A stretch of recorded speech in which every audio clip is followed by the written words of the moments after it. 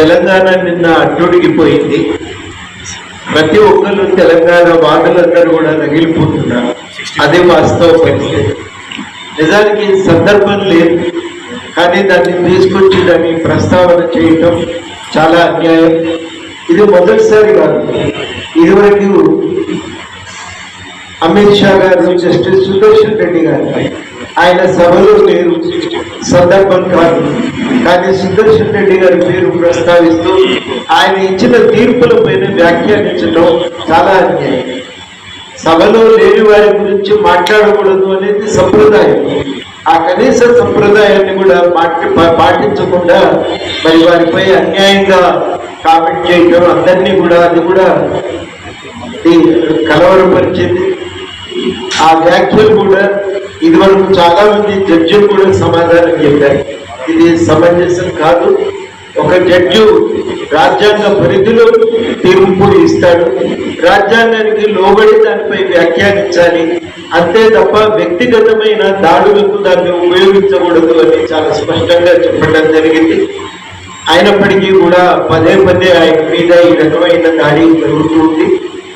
ఇవాళ దానికి కొనసాగింపుగానే మరి తేజస్వి సూర్య యాదవ్ గారు చేసిన కామెంట్స్ చూస్తే మరి అది కూడా అంతే. ప్రస్తుతం అది సందర్భం లేదు, కానీ దాని గురించి మాట్లాడారు. తేజస్వి సూర్య యాదవ్ గారు రెండు విషయాలు మర్చిపోయారు. మొదటిది ఏంటంటే ఏ రాష్ట్ర ఏర్పాటైనా చట్ట ప్రకారం జరుగుతుంది. భారత రాజ్యాంగంలోని ఆర్టికల్ 3 ప్రకారం జరుగుతుంది. మనం తెలంగాణ ఉద్యమ సమయంలో అనేక మార్లు దాని గురించి మాట్లాడుతాం. అంబేద్కర్ దానిపైన వ్యక్తం చేసిన అభిప్రాయాల గురించి కూడా మాట్లాడుతున్నాం. ఆ ఆర్టికల్ 3 రాజ్యాంగంలోని ఆర్టికల్ 3 ప్రకారం ఈ రాష్ట్రాల ఏర్పాటు జరుగుతుంది. 1956లో రాష్ట్రాల పునర్వ్యవస్థీకరణ జరిగిన తర్వాత అనేక రాష్ట్రాల ఏర్పాటు కూడా చట్ట ప్రకారం జరిగింది. కానీ ఈ కనీస ఇంగిత జ్ఞానం లేకుండా ఇష్టానుసారంగా తెలంగాణ ఏర్పాటును అది బ్రిటిష్ కాలంలో జరిగిన నిర్ణయాలకు పోల్చి మాట్లాడటం అనేది చాలా అన్యాయం. ఇది తేజస్వి సూర్య, ఇది మనందరం కూడా తీవ్రంగా ఖండించాల్సిన విషయం. రెండోది ఏంటంటే రాష్ట్రాల ఏర్పాటుకు సంబంధించిన అనేక సంప్రదాయాలు 56 తర్వాత క్రమంగా పెంపొందుతూ వచ్చాయి. మహారాష్ట్ర ఏర్పాటు కానీ, పంజాబ్ సూబా ఏర్పాటు కానీ, అదేవిధంగా తెలంగాణ ఏర్పాటు, ఛత్తీస్గఢ్, తర్వాత జార్ఖండ్, ఈ రాష్ట్రాల ఏర్పాటు, ఉత్తరాఖండ్ కానీ, ఇవన్నీ కూడా ఒక పరంపరను, ఒక ఒరవడిని సృష్టించినవి. తెలంగాణ ఏర్పాటు కూడా సంప్రదాయం ప్రకారమే ఆ ఒరవడిలోనే జరిగింది. దాంట్లో ఏం పెద్ద తేడా లేదు. రాజకీయపరమైన పరిస్థితులు వేరు. చాలా ఒక బలహీనమైనటువంటి ప్రాంతాలు, రాజధాని నగరం వెలుపల ఉన్నటువంటి ప్రాంతాలు విడిపోయింది. బీహార్ నుంచి విడిపోయిన జార్ఖండ్ వనరుల పరంగా సంపన్నమైన ప్రాంతం. బీహార్ చాలా కీలకమైన ప్రాంతం కావాల్సింది కాదు, కానీ పాట్నా మాత్రం బీహార్లోనే ఉంది, జార్ఖండ్లో లేదు. ఛత్తీస్గఢ్ పూర్తిగా వెనుకబడిన ప్రాంతము, రాజధాని భోపాల్కు వెలుపల ఉన్నటువంటి ప్రాంతం. ఉత్తరాఖండ్ అయినా అంతే, లక్నోకు వెలుపల ఉన్నటువంటి ప్రాంతం. తెలంగాణ అట్లా కాదు, ఒక రాజధాని నగరాన్ని తన వెంట తీసుకొని పోతున్నటువంటి ప్రాంతం. కాబట్టి సహజంగా తెలంగాణ ఏర్పాటు పట్ల ఒక తీవ్రమైన వ్యతిరేకత వ్యక్తమవుతూ ఉంటుంది. ఈ వ్యతిరేకతకున్న రాజకీయ మూలాలను, ఈ వ్యతిరేకతకున్న కారణాలను అర్థం చేసుకోకుండా ఒక ఎంపీ మాట్లాడుతూ ఉంటే అక్కడ ఉన్న మంత్రులు కానీ, ఇతర నాయకులు కానీ వారించకపోవడం శోచనీయం. నిజంగా చాలా ఇబ్బంది ఎక్కడ వస్తుందంటే ఇట్లాంటి వ్యాఖ్యలే గతంలో ప్రధానమంత్రి గారు చేశారు. తల్లిని, బిడ్డకు జన్మనిచ్చి తల్లిని చంపేటు. ఇట్లాంటి వ్యాఖ్యలన్నీ కూడా తెలంగాణను కించపరిచేవిగా ఉన్నాయి. తెలంగాణ అనేది ఒక ప్రజాస్వామిక ఆకాంక్ష. దీనికోసం అనేక మంది పిల్లలు బలిదానాలు చేసుకున్నారు. ఆ బలిదానాల నేపథ్యంలో చివరికి అందరూ అంగీకరించిన తర్వాత తెలంగాణ రాష్ట్రం ఏర్పడ్డది. అంగీకరించిన దాంట్లో సుష్మా స్వరాజ్ గారు ఉన్నారు. ఆ రోజు పార్లమెంటు లోక్సభలో తమ అభివృద్ధి కోసం ఈ దేశంలో అంతర్భాగంగా అన్ని రాష్ట్రాల సహకారాన్ని పొందడానికి ప్రయత్నం చేస్తే ఈ సహకారం ఎప్పుడు సాధ్యమవుతుందంటే అన్ని రాష్ట్రాలకు కూడా అర్థవంతమైన భాగస్వామ్యం ఉన్నప్పుడు ఈ డీలిమిటేషన్ ప్రక్రియ ఆ అర్థవంతమైన భాగస్వామ్యానికి గుడ్డలు పెట్టుగా పరిణమిస్తున్నది. ఇట్లా గుడ్డలు పెట్టి ఇది మంచి పరిణామం కాదు. ఈ దీర్ఘకాలికమైన రాజకీయ దేశ ప్రయోజనాలను మరిచిపోయి డీలిమిటేషన్ బిల్లు తేవటం అత్యంత దురదృష్టకరమైనటువంటి కేంద్ర ప్రభుత్వానికి వైఖరికి ఇది అద్దం పట్టి చూపుతున్నది. ఇంతటి అన్యాయమైనటువంటి వైఖరిని ఇవాళ అందరం కూడా తీవ్రంగా ఖండిస్తున్నాం. చాలా స్పష్టంగా మనం డిమాండ్ చేసేది ఏంటంటే డీలిమిటేషన్ బిల్లులు ఇప్పటికైనా ఇప్పుడు అది కూడా ఎన్నికలు 2 రాష్ట్రాల్లో ఎన్నికలు జరుగుతున్నటువంటి సమయాన దాన్ని మహిళా రిజర్వేషన్లు అనే ముసుగు కప్పి దాన్ని అడ్డం పెట్టుకొని తీసుకొచ్చే ప్రయత్నం దీన్ని మేమందరం కూడా తీవ్రంగా ఖండిస్తున్నాం. వెంటనే డీలిమిటేషన్ సీట్ల పెంపు ప్రక్రియను ఆపండి.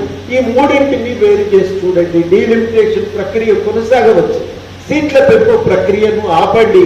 అదేవిధంగా మహిళా రిజర్వేషన్ల అమలు కోసం ఇదివరకే చట్టం వచ్చింది.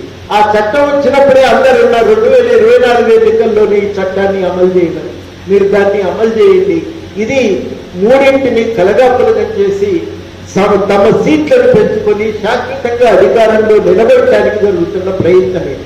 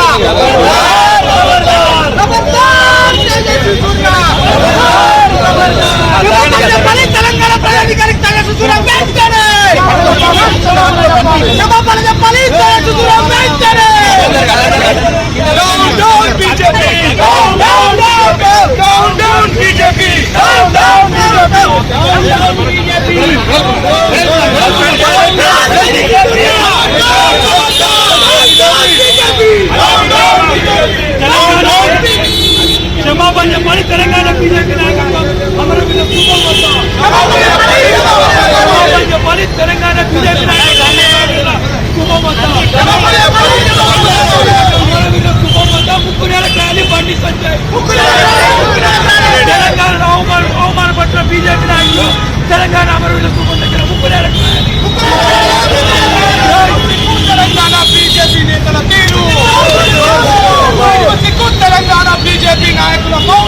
సిగ్గు సిగ్గు తెలంగాణ బీజేపీ నాయకుల మౌనం.